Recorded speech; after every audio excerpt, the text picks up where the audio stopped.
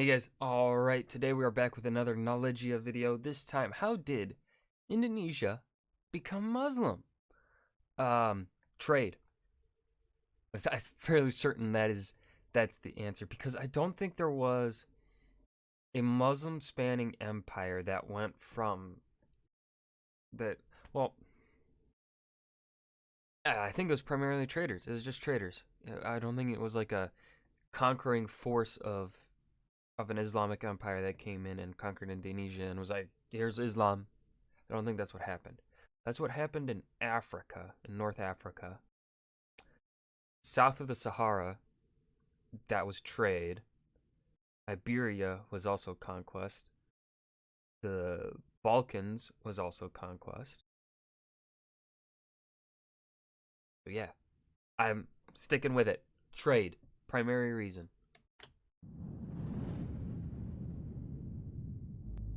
What is the country with the largest Muslim population in the entire world? Saudi Arabia, Pakistan, Egypt, or Nigeria? Well, none of them. Well, actually, it might become Nigeria in the future. Pakistan has 200 million people? Holy shit! But I think it's going to be, Nigeria is going to be a country that's, I think, supposed to have a population explosion coming soon. Don't quote me on it, because I can't remember for sure, but I think they are supposed to be having a population explosion. The correct answer is Indonesia. Islam is the religion in Indonesia with most adherents, with 87.2% of Indonesian population identifying themselves as Muslim in a 2010 survey. Indonesia has the largest Muslim population in the world, with approximately 220 million Muslims. But ooh, it doesn't have that many more than Pakistan. That's interesting. Looking at the world map and knowing that Islam started in Arabia in the 7th century, from where it expanded to more people, especially in continental North Africa and southwestern Asia. A question just popped up. How did Islam reach this archipelago?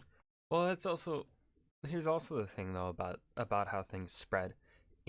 English started all the way up here, above my webcam, up here in England, and then spread to the United States, where the United States is currently the largest English-speaking country. But I believe in second place, India has the second largest amount of English speakers, because English is the global language. It's the language of science, and I think it's the language of math, and it's just the world's like commercial language. Chinese is becoming a commercial language, but right now it's still English. But yeah, so things spreading, it happens. Just like how English spread, it was bound to spread outside of Arabia, and since Asia is such a populated place, Indonesia becoming most populated Muslim country, makes sense. How did these away islands become Muslim? Trade. We are happy to say that this led to the creation of the caliphates. These empires expanded quickly and occupied enormous geographical areas. Occupying more and more land, the conversion to Islam was boosted by missionary activities, particularly those of imams. They told the religious teachings to the local people. Due to the rapid military expansion, Alright, hold on. I'm going to try and remember things from my early Islamic history class that I took last semester. I did good in that class. So I actually know things. Kinda. I'm trying to remember them. I don't think I remember them quite well. There are schools of Islam that affected how things spread, because they were pretty much regional schools. So like each region had its own kind of school and such. It was I don't know if it would be, I think it would kind of relate to Confucianism in that way, where it's like regional schooling or whatever. Don't quote me on that, because I also don't know shit about Confucianism. But these different schools of teaching would be different in each region, right? Like the Iraqi schools of teaching would be different than, say, the Egyptian or whatever, right? They would have slightly different beliefs. Obviously, they had the overarching typical beliefs of the Quran, but yeah, they had different ways to, I think, go about their teaching, which I think helps spread its likability, because that's also something Christianity does, in which it kind of adapts to the region a little bit, and it brings in that region's like folk beliefs into the religion. Like you see that in England, Wales, Scotland, Ireland, especially Ireland, um, you know, Germany and such. You know, you see that there. New religion expanded too in the new conquered territories. These early dynasties focused on spreading the new religion, but also they focused on research, economics, and trading. During the Islamic Golden Age, more and more people converted to this religion, including crowned heads, nobles, but also trades and merchants. This resulted in rapid spreading towards the Indian and Atlantic Oceans. Islam influence first came to be felt in the Indian subcontinent during the early 7th century with the advent of Arab traders. Arab traders used to visit the Malabar region, which was a link between them and the ports of Southeast Asia, to trade even before Islam had been established in Arabia. The Arab merchants and traders became the carriers of the new religion, and they propagated it wherever they went. It was, however, the subsequent expansion of the Muslim conquest in the Indian subcontinent over the next millennia that established Islam in the region. Muslim missionaries played a key role in the spread of Islam in Asia. Some missionaries even assuming roles as merchants. I like this painting. They were sent across Asia in all directions under various titles, often as traders. The missionaries were instructed to speak to their potential converts in their own language. Even before Islam was established amongst Indonesian communities, Muslim sailors and traders had often visited the shores of modern Indonesia. Most of these early sailors and merchants arrived from the Abbasid Caliphate's newly established ports of Basra and Dabal. The territory was rich in spices, exotic fruits, and other goods. There is evidence of Arab Muslim traders entering Indonesia as early as the 8th century. But it was not until the 12th or 13th century that the spread of Islam started. Then expanded even more due to the adoption by the local rulers and elites. The missionaries... I forgot about that. Yes, the local rulers adopted it, and then I think they did do conquests. Is that how it went? Fuck. Or am I mixing up how Britain conquered Southeast Asia?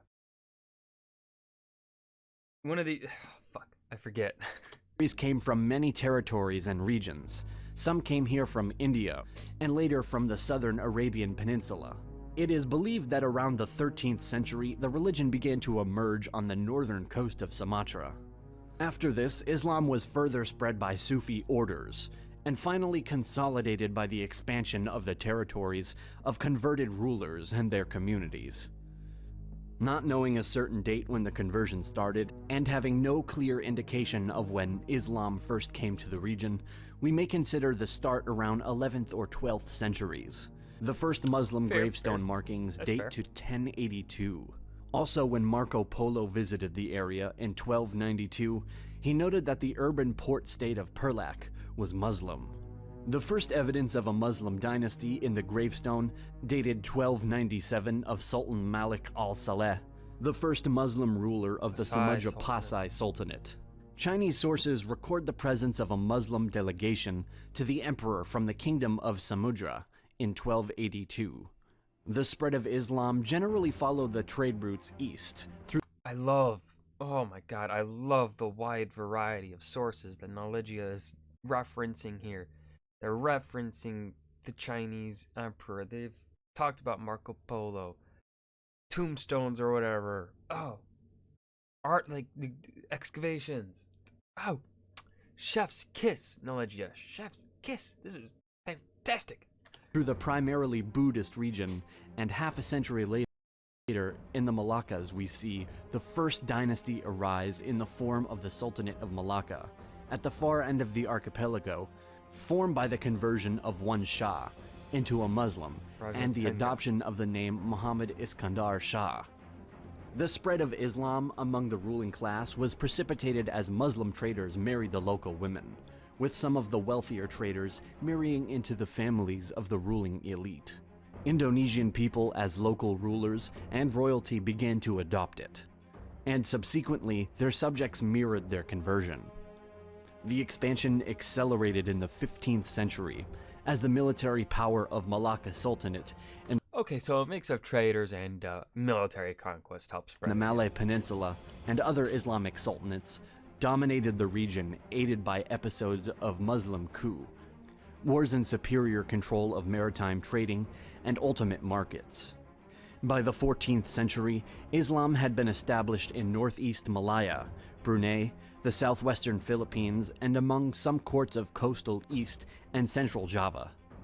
The 15th century saw the decline of Hindu-Javanese Majapahit Empire, as Muslim traders from Arabia, India, Sumatra, and the Malay Peninsula, and also China began to dominate the regional trade that once controlled the Javanese Majapahit traders. Chinese Ming dynasty provided systematic support to Malacca. Ming Chinese Zhang's voyages Zhang is He credited was for Muslim, creating yep. Chinese Muslim settlement in Palembang. Oh my god, I forgot Zhang He was Muslim. Oh, fuck. I always forget about that. Wow. Yeah. And north coast of Java. Malacca actively encouraged the conversion to Islam in the region, while Ming fleet activity established Chinese Malay Muslim community in northeast coastal Java, thus created a permanent opposition to the Hindus of Java. The expeditions had established Muslim Chinese, Arab, and Malay communities in northern ports of Java. Dominant Muslim kingdoms were more and more present in the archipelago. Indu's historical inhabitants were animists, Hindus, and Buddhists. And in time, many of them accepted the new religion because Muslim merchants and traders disseminated Islamic teachings while trading with local population, and their teachings encouraged proselytizing religion. Hindus and Buddhists don't generally proselytize, and Islam is a monotheistic Yes. belief system, and it doesn't allow its followers to believe in another god. Being a Muslim created more privileges, benefits, and favorable terms for the local people. And I love that they're including this because this is very important to how Christianity and Islam spread throughout. Like, it created benefits, it created, and then also the proselytization, or however you pronounce it.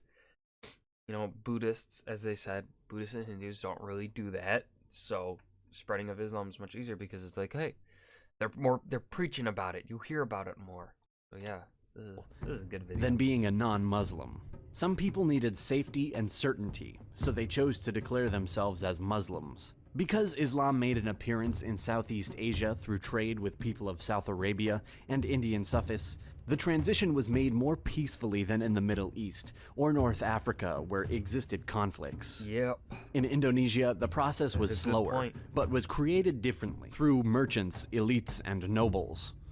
The presence of said monarchy merchants, made I it easier predicted for it. the religion to spread among the commoners, just as the presence of Christianity in the monarchy made it easier for the religion to spread in European kingdoms. Meanwhile, in Java Island, the great Hindu Majapahit Empire was collapsing. Most populated island. Some in of the these new archipelago. kingdoms were supported by Ming China. Through assimilation related to trade, royal conversions, and conquest, Islam had supplanted Hinduism and Buddhism as the dominant religion of Java and Sumatra by the end of the 16th century. Muslim merchants and traders disseminated Islamic teachings while trading with local population. Ming China supported Muslim kingdoms in the archipelago. But Islam is a monotheistic belief system and it doesn't allow its followers to believe in another god. many cultural and religious There are more privileges and benefits for Muslims. habits from the Hindu-Buddhist era were mostly Collapse of tolerated and The collapse of Hindu Majapahit Empire, or Mapahajit,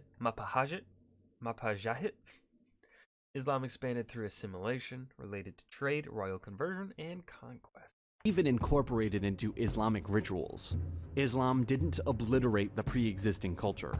Rather, it incorporated and embedded the local customs and non-Islamic elements among rules. Just like how In part, Christianity the does strong it. presence of Sufism has been considered a major enabler of the syncretism between Islam and other religions. When Europeans came, they brought Christianity to the Muslim majority, but not so many converted, probably due to the fact that in that time, already the accent wasn't put on religion as much as in the 12th or 13th centuries.